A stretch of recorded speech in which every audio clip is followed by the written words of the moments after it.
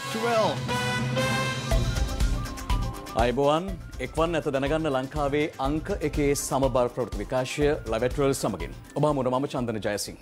මම ඉෂාරා සමරසිංහ. අදත් මුලින්ම ප්‍රධාන පුවත් සිරස්තල.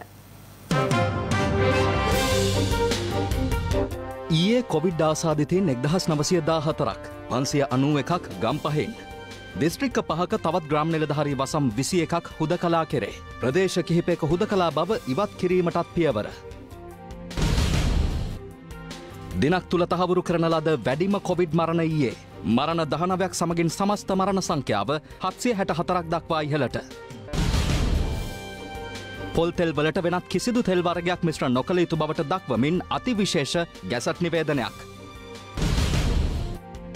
බීමත් රියදුරකු සිදු කළ අනතුරකින් පොලිස් නිලධාරීන් දෙදෙනෙකුට තුවාල.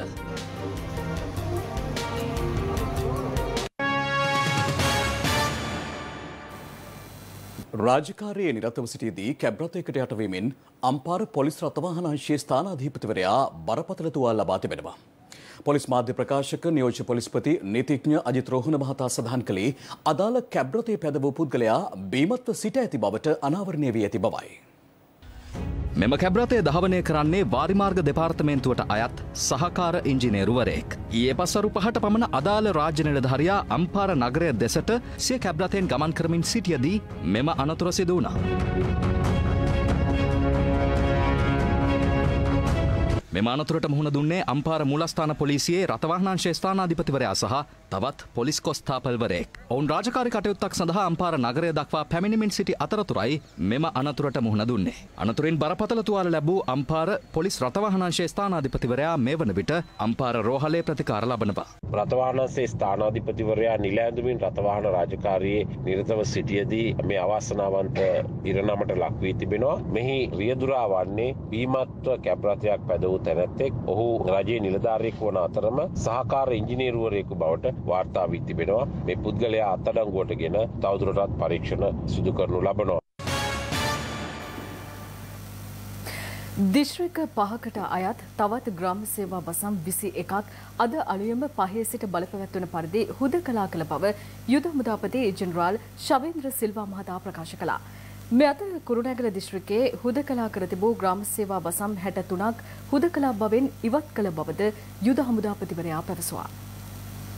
කොවිඩ්-19 වෛරසය පැතිර යාම හමුවේ මේ වන විට දිස්ත්‍රික්ක 14කට අයත් පොලිස් බල ප්‍රදේශ රැසක ග්‍රාම සේවා වසම් රැසක් හුදකලා කර තිබෙනවා. ඒ අතරට අදාළවීම 5 සිට බලපැවැත්වෙන පරිදි දිස්ත්‍රික්ක 5ක තවත් ග්‍රාම සේවා වසම් 21ක් හුදකලා කරනු ලැබුවා.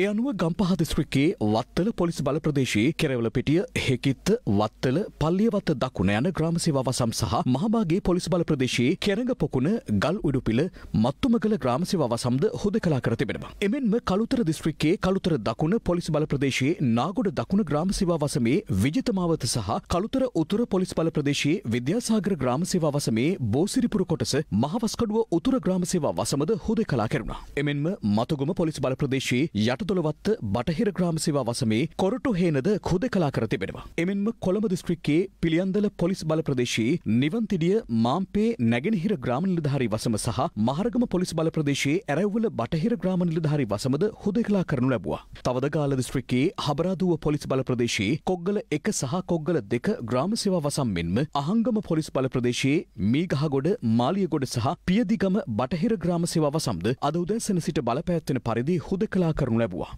මීට අමතරව යාපනය දිස්ත්‍රික්කයේ කොඩිකාමන් පොලිස් බල ප්‍රදේශයේ කොඩිකාමන් මධ්‍යම සහ කොඩිකාමන් උතුර යන ග්‍රාම සේවා වසම්ද අද අලුයම 5 සිට බලපැවැත්වෙන පරිදි හුදකලා කර ඇති බවයි යුද හමුදාපති ජෙනරල් ශවේන්ද්‍ර සිල්වා මහතා සඳහන් කළේ. මීට අමතරව දිස්ත්‍රික්ක 2ක ග්‍රාම සේවා වසම් කිහිපයක්ම අද උදෑසන හුදකලා බවින් නිදහස් කෙරුණා. ඒ අනුව කුරුණෑගල දිස්ත්‍රික්කයට අයත් ග්‍රාම සේවා වසම් 82කින් 63ක් හුදකලා බවින් නිදහස් කර තිබෙනවා. ඊට අමතරව අම්පාර දිස්ත්‍රික්කයේ උහන පොලිස් බල ප්‍රදේශයේ කුමාරිගම ග්‍රාම සේවා වසමද අද උදෑසන හුදකලා බවින් නිදහස් කර ඇති බවයි යුද හමුදාපති ජෙනරල් ශවේන්ද්‍ර සිල්වා මහතා සඳහන් කළේ.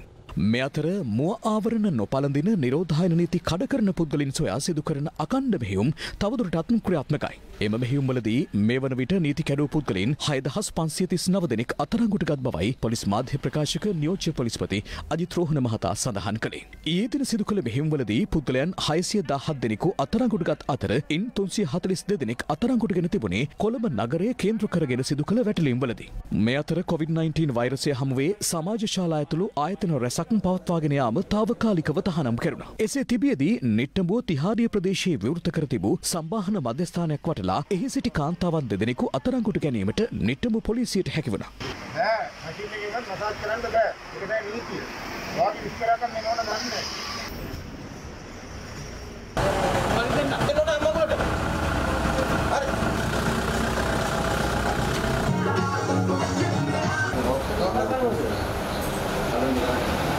එද මේව කරන්න ඕනද? හරි.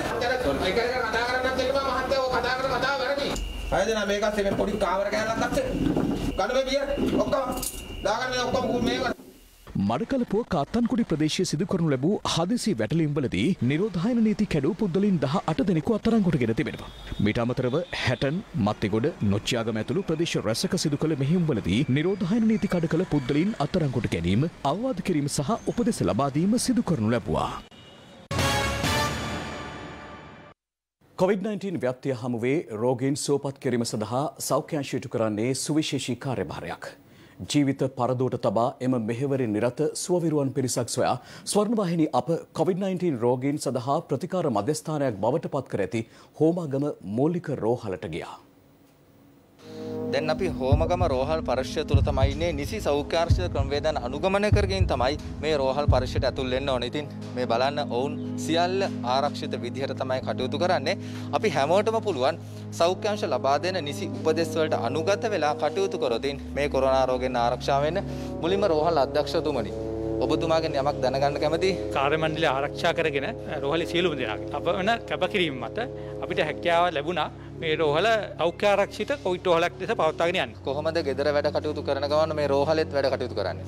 සෞඛ්‍ය අමාත්‍යාංශයෙන් ඇතුළු අනෙකුත් ඒකකවලින් ලබා දී ඇති උපදෙස් අනුව වැඩ කරනකොට අපිට රෝගීන් සමග වැඩ කිරීමේදී ආරක්ෂාව ගැන සැකයක් ඇති වෙන්නේ නැහැ. තුමියත් මේ විදිහට රෝගීන් ගාවට යනවා ප්‍රතිකාර ලබා දෙන්න. අපි ඇත්තටම දැන් රෝහල තුලින් අපිට මේ රෝගය වැළඳෙයි කියලා කිසි බයක් නැහැ. නමුත් අපි මේ වෙලාවේ සමාජයට යන්න බයයි. මේනේ සෞඛ්‍ය කාර්ය සහායක මහත්මයෙක්. ඉතින් ඔබතුමාට මොකද හිතෙන්නේ මේ රැකියාව ගැන? අපි සාමාන්‍ය ජීවිතය ගත කරන්න ඕනේ. රෝගයක් කියලා අපේ එදිනෙදා වැඩ අමතක කරන්න බෑ. ඒ නියම සෞඛ්‍ය උපදෙස් පිළිපදිනවා නම් මේ රෝගයෙන් අරසන්න පුළුවන්.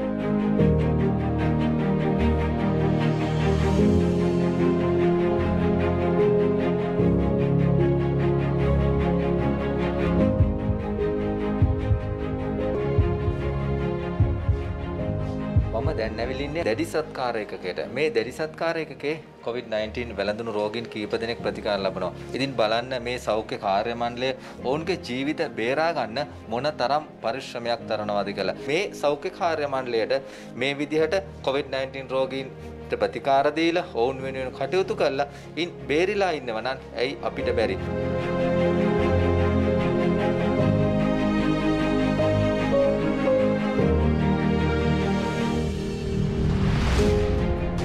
ස්වර්ණවාහිනී අපි මේ විදිහට COVID-19 රෝගීන් සඳහා වෙන් කර ඇති රෝහල් පරිශ්‍රයට ආවේ මේ COVID-19 වැළඳුණු රෝගීන් වෙනුවෙන් දිවි හිමියෙන් කටයුතු කරන කැප වී කටයුතු කරන මේ සුවවිරුවන් ඒ කියන්නේ සෞඛ්‍ය කාර්ය මණ්ඩලය ඇගීමේ අරමුණින්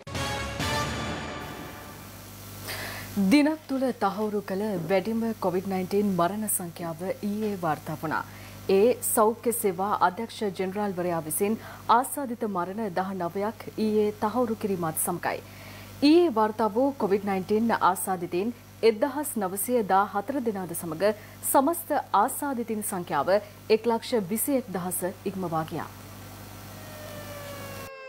COVID-19 ආසාදනය වීම හේතුවෙන් මියගිය බවට සෞඛ්‍ය සේවා අධ්‍යක්ෂ ජනරාල්වරයා ඊයේ තහවුරු කළ මරණ 19න් වැඩි සංඛ්‍යාවක් සිදු ඇත්තේ COVID නියුමෝනියාව හේතුවෙන්. ඉන් 11 දෙනෙකු පිරිමි පුද්ගලයන් වන අතර සෙසු 8 දෙනා කාන්තාවන්.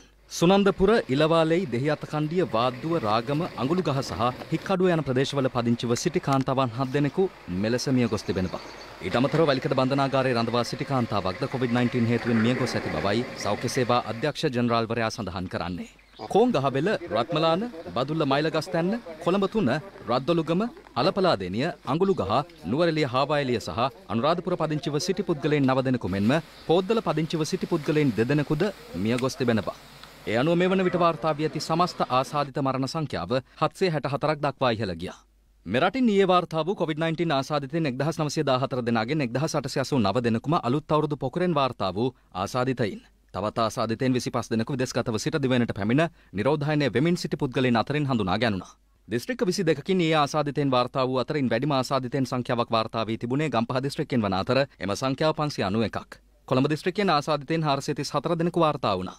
කළුතර දිස්ත්‍රික්කයෙන් ඊයේ වාර්තා වූ ආසාදිතයින් සංඛ්‍යාව 368ක්. කුරුණෑගල දිස්ත්‍රික්කයෙන් ආසාදිතයින් 127 දෙනෙකු වාර්තා වුණා.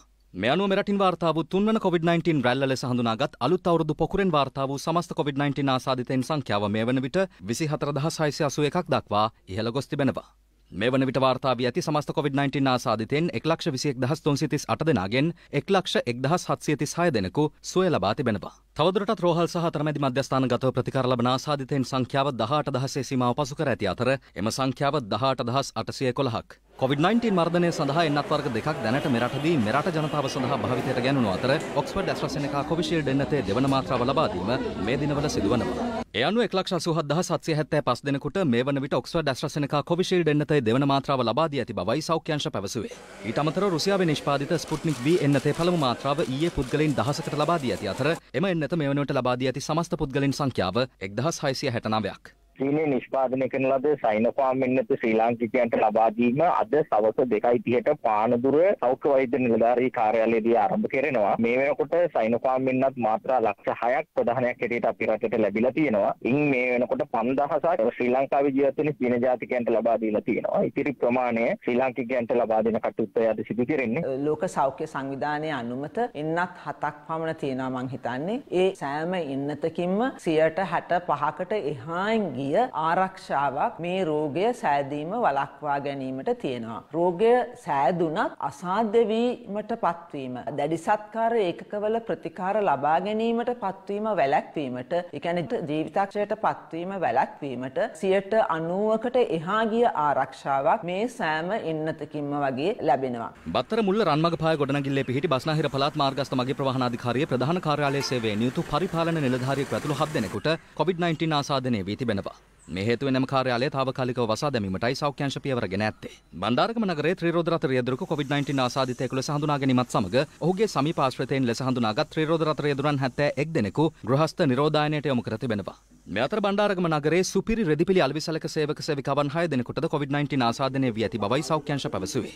නුවරඑළිය මහනගර සභාවේ නාගරික මන්ත්‍රීවරයෙකුට COVID-19 ආසාදනය වී ඇති බව සෞඛ්‍ය අංශ පවසනවා. මිද්දෙනි රජයේ බැංකු ශාඛාවක කළමනාකාරවරයෙකුට COVID-19 ආසාදනය වීමත් සමග එම බැංකුව තාවකාලිකව වසා දැමුණා. යක්කල වැරැල්ලවත්තේ සකස් කෙරෙන COVID-19 ආසාදිත ප්‍රතිකාර මධ්‍යස්ථානයේ කැබිනට් අමාත්‍යවරුන් පිරිසක් විසින් නිරීක්ෂණය කරනු ලැබුවා. මේ අවස්ථාවට අමාත්‍ය නාමල් රාජපක්ෂ, ප්‍රසන්න රණතුංග, සුදර්ශනී ප්‍රනාන්දු පුල්ලේ, සිසිර ජයකොඩි ඇතුළු පිරිසක් එක්ව සිටියා. රෝගීන් 2000කට ප්‍රතිකාර කිරීම සඳහා අවශ්‍ය පහසුකම් මෙම ප්‍රතිකාර මධ්‍යස්ථානයේ සතු වන අතර මෙහි ඉදිකිරීම නාවික හමුදාව විසින් සිදු කරනවා. ඉන්දියාවේ මේ දිනවල පවතින COVID-19 අවදානම පහව යන තෙක් එහි සිට කිසිදු පුද්ගලයෙකු දිවෙනට ගෙන්වා නොගන්නා බවද අමාත්‍ය ප්‍රසන්න රණතුංග මහතා මෙහිදී ප්‍රකාශ කළා. සෞඛ්‍ය අංශවල ලබා දීලා තියෙන උපදේශ පරිදි ඉන්දියාවෙන් සංචාරකයන් ලංකාවට ගෙනෙන එක සති දෙකකට අපි නතර කරලා තියෙනවා. ඊට පස්සේ ඒ ගැන නැවත අධ්‍යයනය කරලා ඉතිරි ටික කරන් තමයි අපි බලාපොරොත්තු වෙන්නේ. ශ්‍රී ලාංකිකයන් සෞඛ්‍ය හේතුන් මත ගියා සතියකට ඒ අයට එන්න බෑ. ඊට පස්සේ සතියකට පස්සේ මේක සංවිධානාත්මක වුණායින් පස්සේ අපි ඒවත් ගෙන්නන්න කටයුතු කරනවා. අනෙක් සංචාරකයන් සම්බන්ධවත් ඒ වගේම ඒ ගේන එක අඩු කරන්නත් කටයුතු කරලා තියෙනවා. පවතින COVID-19 වසංගත තත්ත්වය සැලකිල්ලටගෙන රාජ්‍ය වෙසක් උත්සවය යාපනයේ නාග විහාරයේ නොපැවැත්වීමට තීරණය කර තිබෙනවා. බුද්ධ ශාසන ආගමික සහ සංස්කෘතික කටයුතු අමාත්‍යාංශයේ ලේකම් කපිල ගුණවර්ධන මහතා පැවසුවේ ඒ අනුව රාජ්‍ය වෙසක් උත්සවය කොළඹදී සෞඛ්‍ය ආරක්ෂිත ක්‍රමවේදයන්ට යටත්ව පැවැත්වීමට අවධානය යොමු වී ඇති බවයි. ඒ පිළිබඳව ලබන සඳුදා තීරණයක් ගන්නා බව අමාත්‍යාංශ ලේකම්වරයා සඳහන් කළා. මේ අතර ඉන්දියාවේ මේ වන විට ව්‍යාප්ත වෙමින් පවතින COVID-19 නව ප්‍රභේදය මෙරටින්ද හමු වී තිබෙනවා. ජයවර්ධනපුර විශ්වවිද්‍යාලයේ සිදු කළ පරීක්ෂණයකින් මේ බව තහවුරු වී ඇති බවයි ආචාර්ය වෛද්‍ය චන්දිම ජීවන්දර මහතා සනාථ කළේ.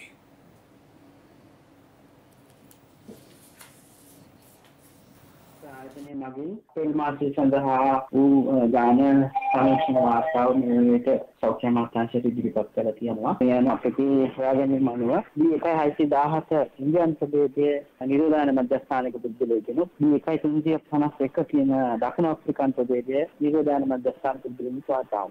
ඉන්දියානු ප්‍රදේශයේ පාර්ශවික පාලනයේ අවස්ථාව. ඉන්දියානු ප්‍රදේශයේ මම හිතන්නේ ඉදිරි වෙන විට අපි variant of concern කියන තත්ත්වයට අප්ග්‍රේඩ් කරලා තියෙනවා. ඒ කියන්නේ සාමාන්‍යයෙන් variant of concern විදිහට අප්ග්‍රේඩ් කරන්න යම් කිසි ගැටලුකාරී තත්ත්වයක් එනකොට තමයි මේක දැනට හඳුනාගෙන තියෙන නම් B117 කියන ඉන්දියානු ප්‍රදේශයේ හා සමාන ප්‍රමාණයේ පැතිරීමේ හැකියාවක් තියෙනවා. එතනින් එහාට ගිය තත්ත්වයන් සම්බන්ධ වාර්තාවේ නෑ. මොකද තාම ඒ සම්බන්ධයෙන් අවශ්‍ය කරන දත්ත මදි නිසා ඉතින් ඉදිරියේදී ඒ සම්බන්ධයෙන් දත්ත ලැබෙනකොට ඒ අවශ්‍ය කරන නිර්ණායක රෝග ලක්ෂණ වැඩිද රෝගයේ දරුණුතාවය වැඩිද කියන එක හොයාගන්න පුළුවන්. මේ අතර මෙරට COVID-19 වසංගත තත්ත්වය සම්බන්ධයෙන් පක්ෂ විපක්ෂ දේශපාලඥයින් මෙලෙස අදහස් පළ කළා. නැවත කොරෝනා රෝගීන්ගේ වැඩිවීමක් අපි දකිනවා. දැන් මේ වෙනකොට තුන්වෙනි රැල්ලේ 111ක් විතර මිය ගිහිලා තියෙන එකෙන් වැඩිම වයස්ගත අය. මේකට තියෙන එකම ප්‍රතිකර්මය ඒ සඳහා එන්නත් ලබා දීම. ඒ වෙනුවෙන් අපිට ගන්න පුළුවන් ක්‍රියාමාර්ග තිබෙනවා නම් ඒ සඳහා සෑම ආකාරයකම සහයෝගයන් මේ කොවිඩ් පාලනය වෙනුවෙන් ලබා දෙන්න අපි සූදානම්. රුසියාවේ නිෂ්පාදනය කරන, ඉන්දියාවේ නිෂ්පාදනය කරන, චීනයේ නිෂ්පාදනය කරන මේ වැක්සින් ටික ගෙනල්ලා පුළුවන් ආකාරයට ජනතාවට අපි අද බෙදා දෙනවා. ඇස්ට්‍රාසෙනිකා ලක්ෂ 6ක් මිනිස්සුන්ට නෑ. එතකොට ඒ අයට චයිනීස් චීන එන්නද ගහන්න හදන්නේ. එතකොට මේ රටේ මිනිස්සු මරන්නද මේ ආණ්ඩුව ලෑස්ති වෙන්නේ. එතකොට මේ ආණ්ඩුව මේ ජනතාවට අබසරණයි කියලාද කියන්න හදන්නේ. ඉන්දියාවේ එන්නත් පිටරට වල නිකුත් කිරීම පවා පහුගිය කාලේ සීමා කළා. ඒ සීමා කිරීම නොකරා නම් අපේ පළමු සැලැස්මට අනුව ගියා නම් මේ වෙනකොට අපි එන්නත් කිරීමේ පැත්තෙනුත් ඉතාමත්ම සාර්ථක තත්ත්වයකට එන්න තිබුණා. මේ වැක්සින් එක ගේන්න උනන් දුන්නේ නැතුව මේ කොවිඩ් සම්බන්ධව ඇඳන් ටික ගේන්න ලැහැත්තියක් නැතුව ඔක්සිජන් ටික ගේන්න වැඩ පිළිවෙලක් සකස් කරගන්න නැතුව ක්‍රීඩා භාරයි නැවතුණා. ලැහැත්ති ජිම් කට්ටල් 600ක් වැඩ පිළිවෙල ලැහැත්ති කරනවා. රට දුවන්න ඕන. රට ඉදිරියට යනවා වගේම මේ පාලනය කරන්න අපි මැදිහත් වෙනවා. කොවිඩ් පිට දාලා මේ රටේ ජනතාවගේ ප්‍රශ්න නොවිසඳා ඉන්න බෑ අපිට. පොද මේ වෙලාවේ එතුමාලායි අපි අතර තියෙන ප්‍රශ්නේ බේරගමු. කොවිඩ් පසංගතේ ව්‍යාප්තිය පාලනය කරා. දැන් එන්න අපිත් දෙක එකතු වෙලා මේ පාලනය කරන්න මැදිහත් වෙන්න කියන. ඔබ යලිත් ලයිව් ඇට් 12 සමගින් ප්‍රජාතන්ත්‍රවාදී වාමාංශික පෙරමුණ එළිදැක්වූ සෞභාග්‍යයේ දැක්ම උදෙසා ජනතා කේන්ද්‍රීය ප්‍රකාශනය ජනාධිපතිවරයාට සහ අග්‍රාමාත්‍යවරයාට පිළිගන්වා තිබෙනවා. එම පෙරමුණේ නායක අමාත්‍ය වාසුදේව නානායක්කාර මහතා විසින්. ප්‍රජාතන්ත්‍රවාදී වාමාංශික පෙරමුණ එළිදැක්වූ සෞභාග්‍යයේ දැක්ම උදෙසා ජනතා කේන්ද්‍රීය ප්‍රකාශනය ජනාධිපතිවරයාට පිළිගන්වනු ලැබුවේ ජනාධිපති කාර්යාලයේදී. අනතුරු අරලිගහ මන්දිරයේදී ප්‍රජාතන්ත්‍රවාදී වාමාංශික පෙරමුණේ නායක අමාත්‍ය වාසුදේව නානායක්කාර මහතා විසින් අග්‍රාමාත්‍ය මහින්ද රාජපක්ෂ මහතාට මෙම ප්‍රකාශනය පිළිගන්වනු ලැබුවා. දැනට තියෙන රට ජනතා කේන්ද්‍රීය දේශපාලන ඉතිහාසය සෞභාග්‍යයේ දැක්මට මුල් වූ දස ප්‍රතිපදා සහ ඉදිරි මග යන මාතෘකා ඔස්සේ මෙම ප්‍රකාශනය මගින් ප්‍රජාතන්ත්‍රවාදී වාමාංශික පෙරමුණ කරුණු ඉදිරිපත් කර තිබෙනවා. යහපාලන ආණ්ඩුව සමයේ සිදු දේශීය ආර්ථිකය කඩා වැටීමට මුල් වූ කරුණු, ආනයන ආර්ථිකය බිඳ වැටීමට මුල් වූ සිදුවීම්, රටේ මූල්‍ය පද්ධතිය බිඳ වැටීමට හේතු වූ කරුණු, දේශීය ව්‍යාපාර කඩා වැටීම, බඩු මිල ඉහළ යාම, විරැකියාව සහ දුගී බව ඉහළ යාම යන කරුණු මෙහි ඇතුළත්. අභ්‍යවකාශයේ සිට පොළවට වැටෙන විශාලතම අභ්‍යවකාශ සුන්බුන් කොටස අද දිනේ පොළවට වැටීමට නියමිත බව මහාචාර්ය චන්දන ජයරත්න මහතා පවසනවා. මෙත කාලයේදී අභ්‍යවකාශයේ සිට පොළොවට වැටෙන විශාලතම අභ්‍යවකාශ සුන්බුන් කැබැල්ල මේ දිනවල පෘථිවියට වැටෙන බවට දැනගන්න ලැබිලා තිබෙනවා. දැන් මේ වැටෙන කොටස චීනය විසින් තමාලාගේ අභ්‍යවකාශ මධ්‍යස්ථානයේ තැනීම සඳහා කොටස් ගෙනියන රොකට් එකක්. ඉතින් මේ විශාල කැබැල්ලක් මීටර 30ක් පමණ දිග, විස්කම්භය මීටර 5ක් පමණ ලෝහ කොටසක්, ටොන් 21කට වැඩි බරක් ඇති බවයි සඳහන් වෙන්නේ. දැන් මෙය වේගයෙන් පොළොව දෙසට ඇදී එන විට වායුගෝලයේ ඝර්ෂණය නිසා ගැටිලා එය උණු වෙලා ගිනියම් අරගෙන සමහරවිට කිලෝමීටර් 50ක ඉදිරියට කොටස් වලට කැඩලා පුපුරන්නත් පුළුවන්. එය ගොඩබිමකට වැටුණොත් එහෙම සමහර වෙලාවට ගුවන් යානයක් පොළොවට වැටුණාම වෙන වගේ සුන්බුන් ගොඩක් වැටෙන්න පුළුවන්.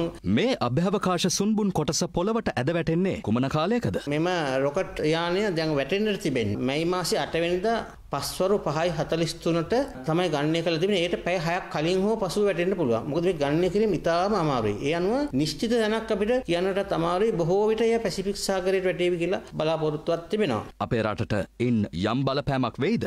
මම මෙහිදී කියන්න ඕනේ ලංකාවට ඉහළින් මෙහි පතය නැහැ. ඒ නිසා අපිට ලොකු අවධානමක් ගැන අපිට බියක් වෙන්නට අවශ්‍ය වෙන්නේ නැහැ කියන එකයි මම සඳහන් කරන්නේ.